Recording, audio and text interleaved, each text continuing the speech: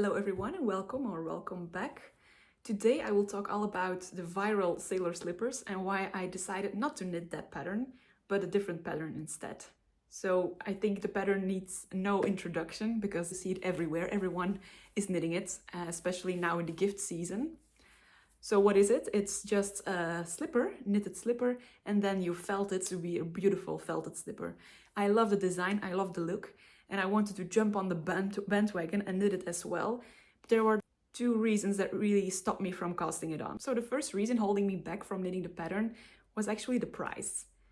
I thought it was a bit expensive for a tiny, well, not tiny, but an accessory. So I get, if you're designing a whole sweater, it takes a lot of time, a lot of effort. So I get that you need to charge a lot of money, that you need to charge a certain amount of money. But a slipper, it's really a quick project. So I thought it was a bit expensive. So I wanted to try and look for an alternative that was less expensive or even free. But that was not the only reason. So the second reason that I decided not to knit the pattern was actually the construction. So I went on Ravelry, I saw all of the Ravelry pictures of people making it, and I saw actually that the bulk of the pattern, the biggest part of the pattern was knit flat. So the top and the sole were just one big rectangle, probably with shaping, but still just back and forth knitting. So a lot of purling, and I was really not in the mood to knit that much purling. So that were the two main reasons I decided not to knit it. And that drove me into looking into Ravelry to find an alternative because I knew there had to be an alternative. So there are many other slipper patterns that are not felted, that are really pretty, but I thought the felted slipper just really gives an elevated look to the slipper. So if you're also looking for an alternative to the sailor slippers, I have actually found two patterns, both free, that are knit in the round. So the first one I think is well known, is by Steinman's Garn, and it's called the double slippers. So as the name suggests, it's a double layered slipper. So you have you knit actually the outside and the inside together, and then you fold them into each other, and then you shape them, and then you have a beautiful double layered slipper. If you want to know more about the Steinman's Garn double slippers, I suggest you go and watch Oline from the Norwegian Knitter YouTube channel, because she has knitted, I think, almost 40 times the slippers from that pattern for all of her friends and family for this holiday season. So I think she knows what she's talking about. So if you want to know more, you should check out her podcasts, her videos about those slippers, because she mentioned it a lot in the latest videos. I really love her podcast as well, so you should definitely check it out. And I mean, like 40 pairs of slippers. She's brave and she managed to do it all, so congrats to Oline. It uses one of the Steinman's Garn's bulky weight yarns called Fritis Garn, which is a really bulky weight yarn, so it should be quick knit. But because it's double layered, you have to knit 2 times, let's say, the slipper. So for me, that was a little bit of a drawback to that pattern, because you have to knit a lot, so it would take a bit more time and it would take double the amount of yarn. So I kept looking for another pattern, and I actually found one. It's called the Community Slippers by Helene. So these are, as I said, not double layered, and they are knit mostly in the round. So you have a flat part for the heel, and then all of the other pieces are just knit in the round, so which was for me perfect. I think it gives a similar look to the sailor slippers, but I think the knitting experience is much more enjoyable. So for me, this was a win. So that is actually the pattern I choose to knit, and I will knit it with you together today. So the yarn recommended in the pattern is actually the same as the one from Steinman's Garn. So also Steinman's Garn Fritis Garn, the bulky weight yarn. I think it's 16 or 15 stitch gauge recommended, but I don't have that yarn in stash, and I really wanted to get started on the slippers. So I decided to use this yarn instead. It's 100% wool yarn. Of course, you need to have a wool yarn because it needs to be able to felt. So you cannot use an acrylic yarn.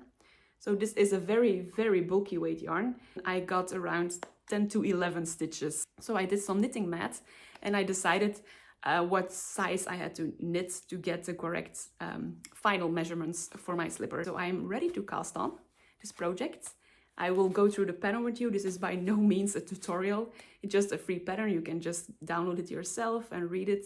I'm sure if you have any questions, you can ask the designer or you can ask me, because I will now have knit the pattern.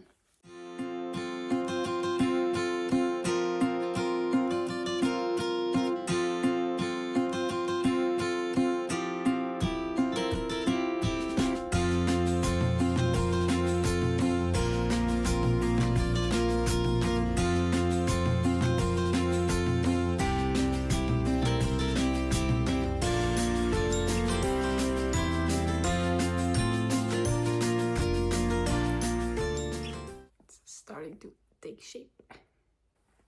So the pattern doesn't give a row gauge. So if you're using a different yarn than recommended, it is a bit of a guessing game to know if you have the right length.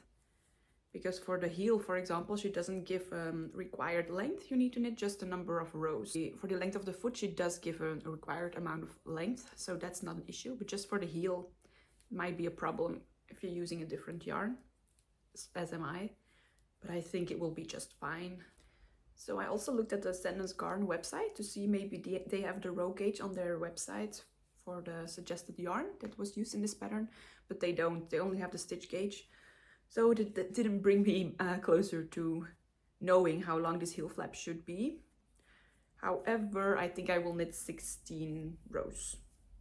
That will be fine. If it will be a little bit of a higher heel flap, it will fit just as nice, I think. Okay, so I finished the heel flap. It looks like this. I knit 16 rows, as I said. So it has like the circle instep, and then you have the heel flap. This is what it looks like at the moment. I think the next step is to shape the heel and then picking up stitches from the side, and then we can go in the rounds, which is really exciting. So I think I found a little mistake in the pattern where you shape the heel. So the heel is shaped by doing some short rows, no German short rows, just regular short rows, and then some decreases at the end. But on the purl row, she said to knit 2 together, but I think that should be a purl 2 together. So I will message the designer and see what she has to say. So at the end of the decrease round for the heel shaping, you get something that looks like this, really neat shaping. So you have like a bit of a heel coming. I really like this design. So much eye for detail. It's like not a regular, like, oh, it will be felted, it doesn't matter how it looks. No, they really put in the effort to shape it to be nice. I did find another mistake, I think, because the stitch count at the end of the heel shaping is not the same as I'm having for the size I'm knitting. So maybe, I don't think I did anything wrong, so I will message the designer and see if it's a mistake or if I need to do something else. So next, we will be picking up stitches and then just knit in the rounds. So I joined in the rounds, placed my stitch marker, and I'm ready to start the decreases of the foot. But first I wanted to show you something about the yarn. So I said it's a roving yarn, so it's not spun. So I need to be really careful. You can see what happened here. So when you pull it too strongly, it breaks.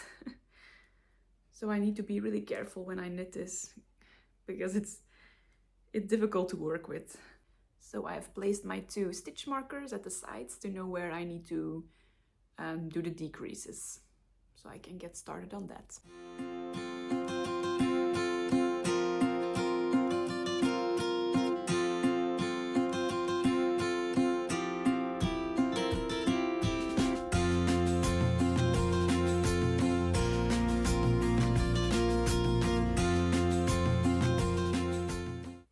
So I finished all of the heel shaping, and now it looks like this. So now we have the same amount of stitches for the top and the bottom of the slipper. So I've timed myself to know how much time one slipper takes, and it's exactly 1 hour to get to this part where you can just start knitting in stockinette stitch for the whole foot, the remainder of the foot until the toe decreases. But bear in mind that I did have a bigger gauge than intended for the pattern, so I knit a few sizes smaller than I should have knit. So if you're knitting a bigger size, it will probably take a bit longer than 1 hour. But for me, this part took exactly 1 hour. So now I can start on the stockinette stitch part. But these stitch markers that we used for the decreases, do not remove those. It's not explicitly said in the pattern, so I'm telling you now, do not remove those because we will need those for the toe decreases when we get to that part. So I just finished knitting the stockinette part of the foot right before the toe decreases. So this part in the pattern did mention how many centimeters you need to have for your size, so that's really nice. So now I can start with the toe decreases. How much time did it take me? Oh, it took me, so the part, the stockinette part in the round, it took me less than half an hour to knit. So we've got, let's say, an hour and a half to knit this part of the slipper. Do you think I will be able to knit this in under 2 hours? One slipper? So it would be perfect project then to knit it in like one evening, one slipper per evening. This part was also a bit confusing at first because she talks about doing decreases before the stitch marker and then knit to the next stitch marker, but actually she's talking about the same stitch marker. So you still only have 2 stitch markers where you do decreases before and after the stitch marker. So I thought at first that was a bit confusing, but now that I know, it's okay. I know what to do. So I just finished the regular decreases for the toe, and I need to do now the rapid decreases, close up the toe, and then the I-cord edge at the top. The regular decreases took me 5 to 10 minutes, so that's really quick. So I think this will be done in no time. We are done with the decreases. So literally 2 minutes for the rapid decrease part. Then we cut the yarn, thread them through the remaining stitches, pull it tight, and then close up the toe.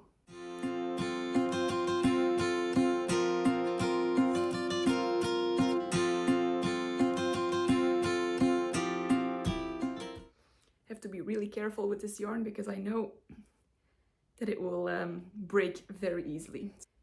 So now just pull it tight without breaking my yarn. Okay, so far so good. Going to put in a little knot and then bring the yarn to the inside of the slipper and weave in the ends. Oh no, no, okay, but I still have a little tail left to weave in. No, I knew this would happen. So the foot is done. The toe decreases look really nice on both sides. So next we have the last part, which is picking up stitches for the I-cord bind off, for the I-cord edge of the slipper. So I will do that now. And then we need to start actually the scariest part, which is felting them.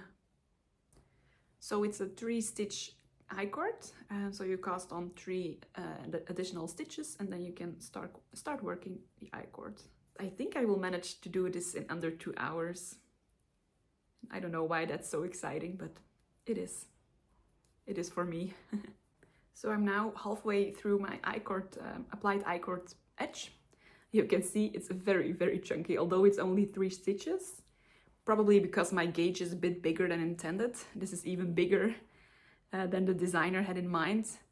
But it's a very, very chunky I-cord, but it's in proportion to the very chunky slipper, so I think it will be fine after felting. It would have been nice though in a contrasting color, this I-cord edge, but I only have one color, so this will have to do. And having a slipper in one color is also very nice. So the I-cord is done. Now we have to seam the I-cord edges together. But at this point, I'm scared to break my yarn. But if you're just using the recommended yarn, this will not be an issue for you. Okay. Let's hope for the best. Please don't break. Ha. It's closed. The I-cord is closed at the back without breaking my yarn. Perfect. Now I'm going to make a knot so it doesn't come undone. Weave in all of my ends and then I'll see how much time I spent on one slipper. Oh, no. No. So they are done. Okay, they are so absolutely huge, but we know we just need to trust the process, and after felting, hopefully they will fit. This is what I have left for one slipper, so I can easily knit one slipper from one ball of yarn. So they are big balls of yarn, so I think it's 200 grams and 90 meters per 200 grams. But you can get like one slipper out of one ball of yarn. And I think, let me check, it will be like around 2 hours for one slipper, but bear in mind, as I said, I needed one of the smaller sizes because my gauge was bigger than intended in the pattern. But I think between 2 and 3 hours you can knit one slipper, but then you have not felted it yet. So these are the slippers. I'll show you again. So such a nice construction. You can see all of the shaping for the heel, shaping for the toe, and it was mostly knit in the round. So for me, this was a very enjoyable knit. That's what I was looking for, so nothing that was too much flat knitting, as the viral sailor slippers are. So let's just pop these babies in the washing machine and see how they will come out. I say this as if I'm not terrified to do this. It will be fine, right? They will be fine. So, towel, slipper 1, slipper 2.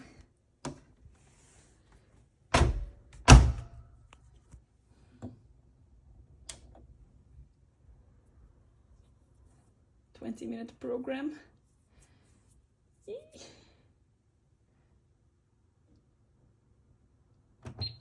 Okay, let's do this. This is completely nerve-wracking. So I took them out after 20 minutes and they were still too big. So round 2, only 10 minutes this time. I hope they will fit now and not be too small. Okay, it's done. Let's see together what they will look like after 30 minutes. Okay. No. So, I have great news. They are done. This is them. They look so nice. They are very sturdy. They can stand up on their own, which is of course because of the felting, but I think also because my gauge was way tighter. Well, it was a bigger gauge, but it was very tightly knit. So now that it's felted, it's even more tight. So it's like almost a shoe on its own. But look how pretty. Oh, it's such a nice slipper. I love the color as well. It's like a beautiful Bordeaux. You can see the nice shaping on the toe, on the heel. Oh, they just look so good. I do have like a little end sticking out. I thought it would be nicely in the shoe, in the slipper, but okay, I can fix that. So this is what they look like. So I can only say it was a big success. They were so quick to knit. So nice to knit because of the knitting in the round, so it's a really nice pattern. So I can really recommend these cuties if you're looking for a felted slipper to make this winter. They are so cozy. They're still a bit damp, but I can already tell they are so cozy. Can you see? I'm really excited. I'm so happy with the results.